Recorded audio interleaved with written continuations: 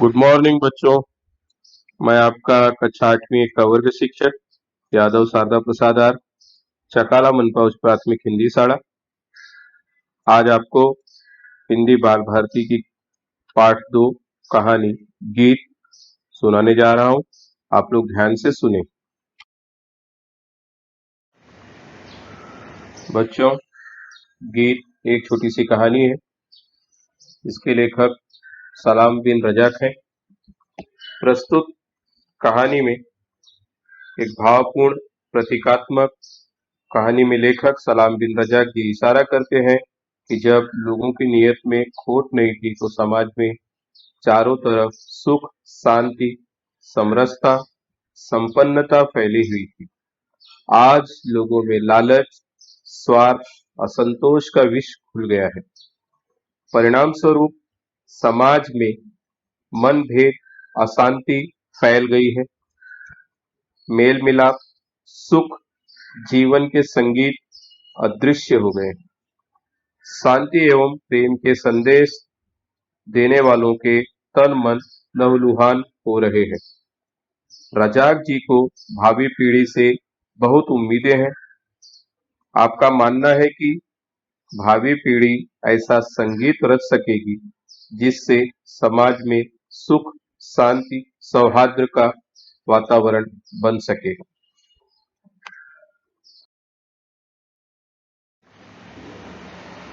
मेरे बेटे ने हमेशा की तरह उस रात भी कहानी सुनाने का अनुरोध किया। मैं काफी थका हुआ था। इस पर दूरदर्शन से टेलीकास्ट होने वाली खबरों ने मन और मस्तिष्क और भी बोझिल कर दिया। लगता था पूरी दुनिया बारूद के ढेर पर बैठी है। एक जरा माचिस दिखाने की देर है बस। क्या इंसान पुनः आदिकाल की ओर लौट रहा है? मन बेचैन और मस्तिष्क परागंदा था। मैंने बेटे को पुचकारते हुए कहा, आज नहीं बेटा, आज पापा बहुत थक गए हैं। हम तुम्हें कल सुनाएंगे एक अच्छी सी कहानी। बेटे की जिद के आगे मैंने थक हार कर कहा, ठीक है, हम कहानी सुनाएंगे, मगर तुम बीच में कोई प्रश्न नहीं पूछोगे।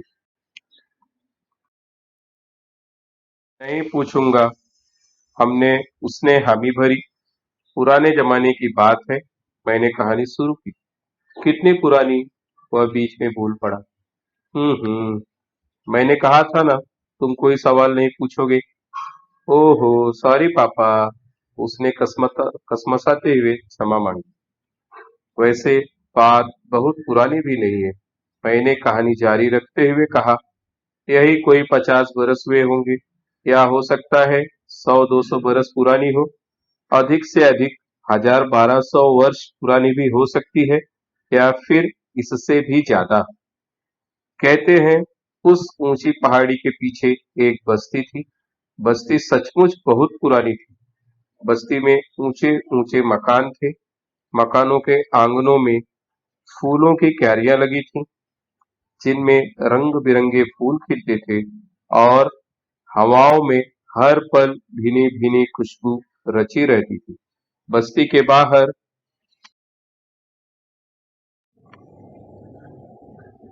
बागों का सिलसिला था, जिनमें तरह तरह के फलदार पेड़ थे। पेड़ों पर परिंदे सुबह शाम चहचहाते रहते।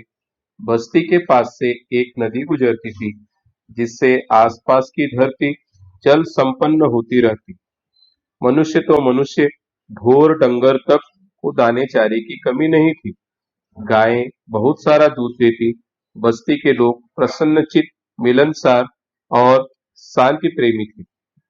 पुरुष दिन भर खेत खलिहानों और बागों में काम करते, पशु चराते, लकड़ियां काटते, और औरतें चूल्हा चक्की संभालती।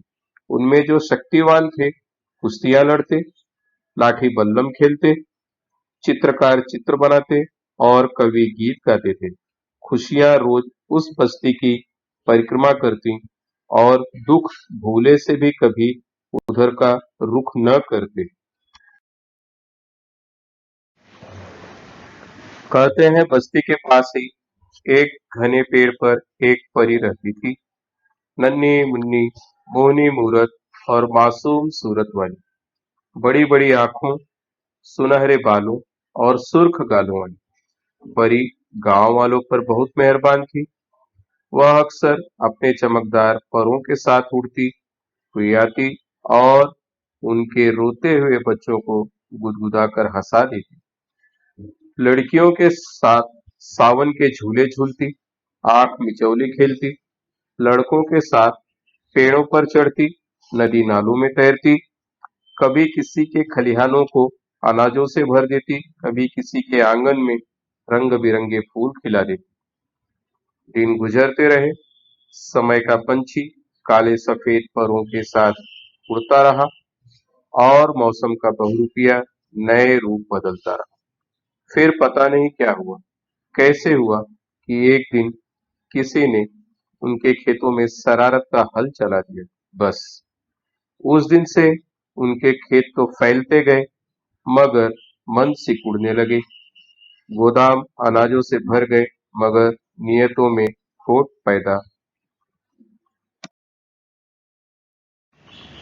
पैदा हो गई। अब वे अपनी निजी जमीनों के अतिरिक्त दूसरों की जमीन पर भी नजर रखने लगे। नतीजे के तौर पर खेतों में मक्कारी की फसल उगने लगी और पेड़ छल कपट के फल देने लगे। लालच ने उनमें स्वार्थ का विष घोल दिया। पहले वह मिल बांट कर खाते थे, मिलजुल कर रहते थे, मगर अब उनकी हर चीज विभाजित होने लगी। खेत खलिहान, बाग बगीचे, घर आंगन, यहाँ तक कि उन्होंने अपने पूजा घरों तक को आपस में बांट लिया और अपने अपने खुदाओं को उनमें कैद कर दिया। उनकी आंखों की कोमलता और दिलों की उदारता हथेली पर जमी सरसों की तरह उड़ गई। दावतों का सिलसिला बिखर गया और महफिलें उजड़ गईं। तस्वीरों के रंग अंधे और गीतों के बोल बहरे हो गए। अब न कोई तस्वीर बनाता था, न कोई गीत गाता था। हर घड़ी हर कोई एक दूसरे को हानि पहुंचाने की फिक्र में रहता। बस्ती वालों के ये बदले हुए रंग ढंग देखकर वह नन्ही परी बहुत दुखी होने हुई।